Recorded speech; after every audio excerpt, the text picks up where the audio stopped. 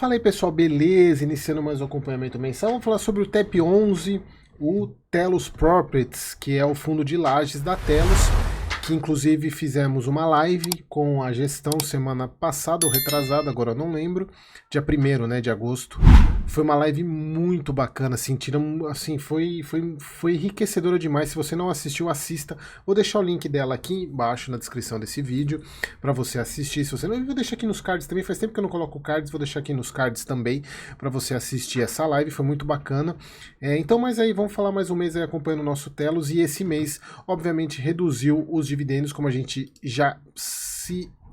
Na verdade, como já o relatório já estava previsto, quem assistiu a live já sabia que isso ia acontecer. Normal, movimento normal. Relatório agora de julho de 24. O fundo, cota de mercado, fechou a 91,17. Vamos ver quanto que fechou o TEP 11. 88,29, cai um pouquinho, mas isso aí, pessoal, tem acontecido com todos os fundos, tá? Cota patrimonial 97,90. Deve estar com, fazendo as contas atuais, deve estar com 0,9 de P sobre VP. 29 mil cotistas. Vacância, aluguel em atraso, vacância financeira zerada, e vacância física zerada, né, e vacância financeira 4,6, que é, assim, para mim, esse ponto aqui é o mais impactante de todos. Inclusive a chamada da live foi essa, né, que é um fundo com vacância zero. Inclusive foi a primeira pergunta que eu fiz para o André, como é que o TEP consegue, né, com pares com vacância acima de 15%, ele consegue manter a vacância 0%. Rendimento de 78 centavos, ele vinha pagando 1, depois subiu para 1,18 e agora voltou para o patamar dele de 78. Todo mundo já sabia que era uma questão de tempo e a questão dos não recorrentes sendo distribuídos. Beleza? Bom, vamos lá sobre a parte de macro, pessoal, passar. Inclusive, pessoal, eu só vou, eu até para deixar os vídeos mais otimizados e mais interessantes para vocês, somente quando eu ver que tem algum relatório, principalmente de FOF, que são bons em termos de macro, eu vou passar rápido só alguns highlights que de fato interessarem, porque a gente está vendo macro aí todo dia. Em julho, o cenário doméstico mostrou ainda mais estabilidade, o que é óbvio. Mas vamos lá. Momento do fundo. O fundo terminou o mês de julho pelo 11º mês consecutivo com 100% de ocupação e sem inadimplência. Sua cota valorada em 91,17, deságio de 7%, então aumentou um pouquinho porque está em 88%. Conforme previamente divulgado, em linhas com guidance de distribuição, o TEP distribuiu 78 centavos, desse total 69 ao recorrente, 3 aluguel recebido em atraso, e 2 receita financeira e 4 de resultado não acumulado. Então ele usou apenas 4 centavos de reserva, ou seja, ele está muito próximo do o rendimento do recorrente. É isso que a gente quer ver. A gente quer ver o fundo distribuir o recorrente dele sem necessariamente precisar do não recorrente. O não recorrente a gente considera como um bônus. Embora, pessoal, aqui é um ponto importante, por mais que um fundo de renda, o não recorrente não seja algo positivo, porque, lembrando, o não recorrente você tem um ganho no agora, porém você perde o principal objetivo do fundo, que é a renda. Mas, obviamente, pessoal, a gente tem sempre que pensar o seguinte: um fundo comprando imóveis bons, que se valorizam, tendência é ter algum ganho em cima disso também, que são os não recorrentes, mas isso não pode virar rotina, como por exemplo um HTMX que vende quarto todo mês e o não recorrente precifica inclusive o próprio fundo. Que mais aqui? Considerando o momento de fundos de lajes corporativas, o yield médio do setor é de 10,5 e um PVP de médio de 0,7. O TEP, entretanto, terminou o mês distribuindo acima dos seus pares. Além disso, figura entre os fundos de lajes com menor deságio em relação à cota patrimonial, o que é de fato verdade. O fundo dispunha de uma inadimplência do Inquilino Aliança, que a gente comentou mês passado, atual ocupante de 3 conjuntos do edifício Passarelli, que dava 110 mil reais. Durante o mês de julho, o fundo recebeu parte do valor em aberto, entretanto ainda tramita por via judicial a cobrança dos valores remanescentes referentes à multa e os encargos referentes a isso. Aqui, pessoal, melhorias do portfólio, inclusive esse foi um dos pontos que a gente bateu bastante na live, que é a estratégia do TEP, é você pegar um imóvel que não seja AAA, pegar ele com possibilidades de melhoria e com isso você valorizar o imóvel e propiciar renovações boas de contrato. Inclusive mês passado ele renovou mais de 20% o contrato que ele tinha, agora não lembro qual prédio foi, mas isso é muito importante.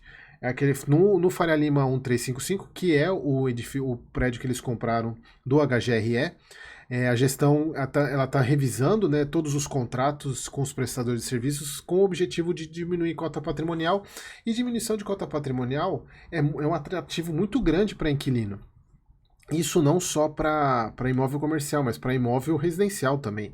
Você tem uma cota condominial baixa referente a pares, né, com bons serviços, isso é muito importante porque é a despesa recorrente de uma das despesas recorrentes de qualquer inquilino.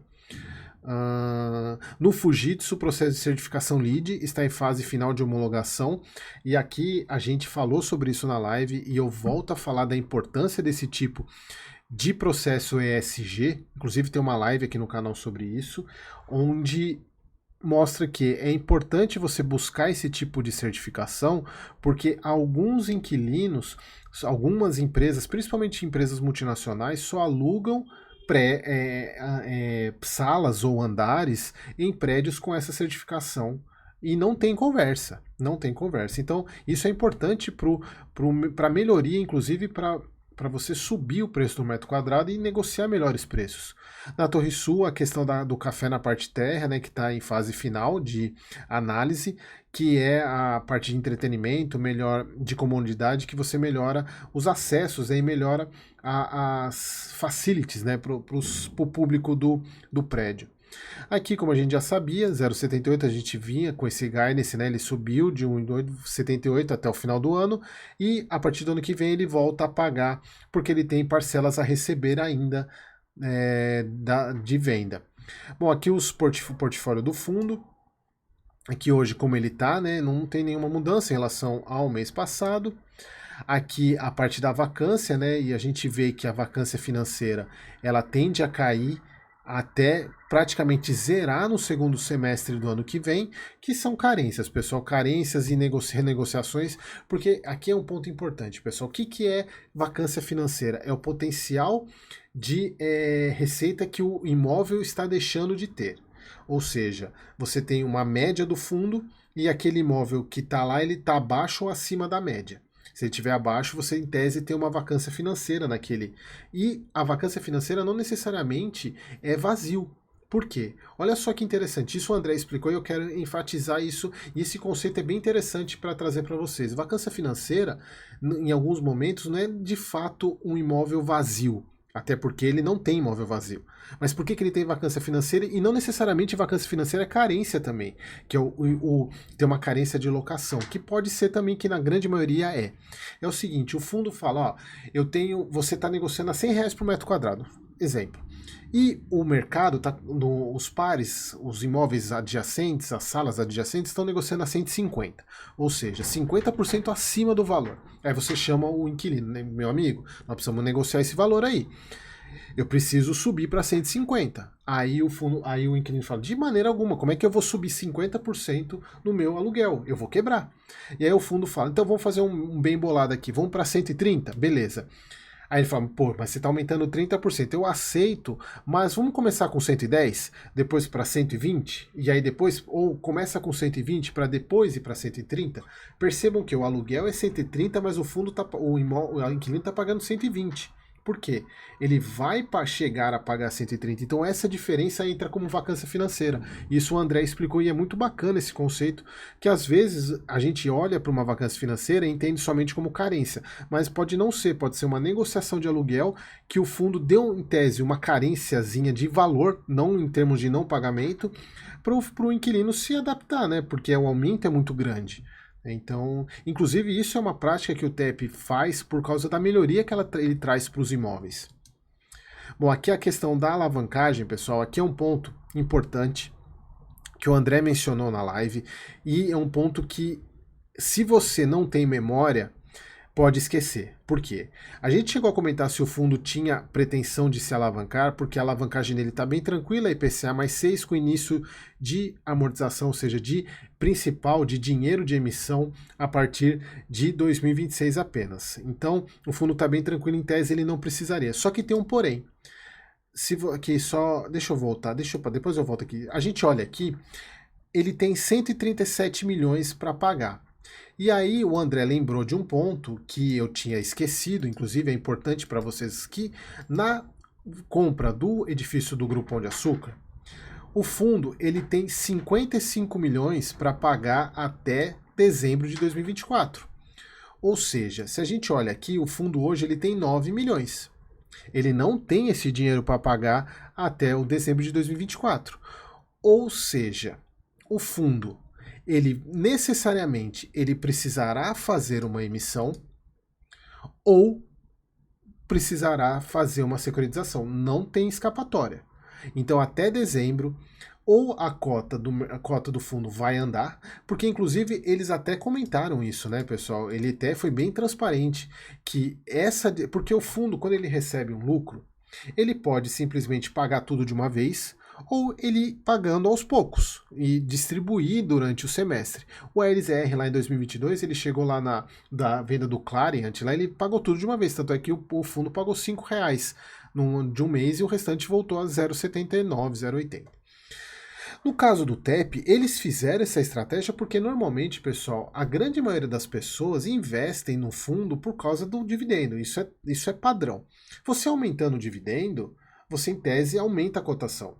Só que acabou que deu azar, porque caiu no momento onde a economia deu uma piorada muito grande, principalmente aqui nesses meses, né, março, abril e maio. A gente está falando de taxa de juros do NTN-B 2030 passando quase 7%, 6,40%, chegou a 6,70%, se eu não me engano. Então, isso pressiona a cota lá para baixo. Então, não adianta o fundo pagar muito, porque o próprio mercado precifica para baixo. Porque, inclusive, eu até tinha comentado isso num dos relatórios, acho que foi em fevereiro ou março, que o relatório menciona de possível emissão. Então, o fundo contava com essa subida da cota para eles fazerem emissão, mas não deu certo. Só que a questão é a seguinte, eles até comentam que o fundo ele vai ter duas alternativas para pagar esses 55 milhões. Ou ele vai emitir, conseguir fazer emissão até o final do ano, esperamos que sim, porque para o cotista é o custo mais barato. E eu entendo que, pela conversa que eu tive, vai ser uma emissão boa, porque talvez não tenha taxa, tem a taxa, mas não seja taxa alta, né? Isso a gente espera. Ou ele vai ter que fazer uma securitização, inclusive ele falou que já tem propostas de securitização para isso e que são taxas competitivas. Bom, isso é o que ele diz e eu dou o benefício da dúvida obviamente ele está falando o correto. Então esse é um ponto que você, cotista do TEP, tem que ter isso em mente, que em dezembro ele vai precisar pagar 55 milhões. Da onde que ele vai tirar esse dinheiro? Ou da emissão ou de uma securitização. Não tem como ele fazer isso, ele vai ter que pagar. Beleza? Então, quando a gente fala em alavancagem, se o fundo não conseguir emitir, ele vai ter que se alavancar mais, mas aí tomara que seja uma alavancagem boa, né? E a gente vai ter que aguardar para poder saber. Então aqui a gente vê que o fundo gerou 74 centavos, pagou 78, bem tranquilo, né? Como eu falei, está muito próximo.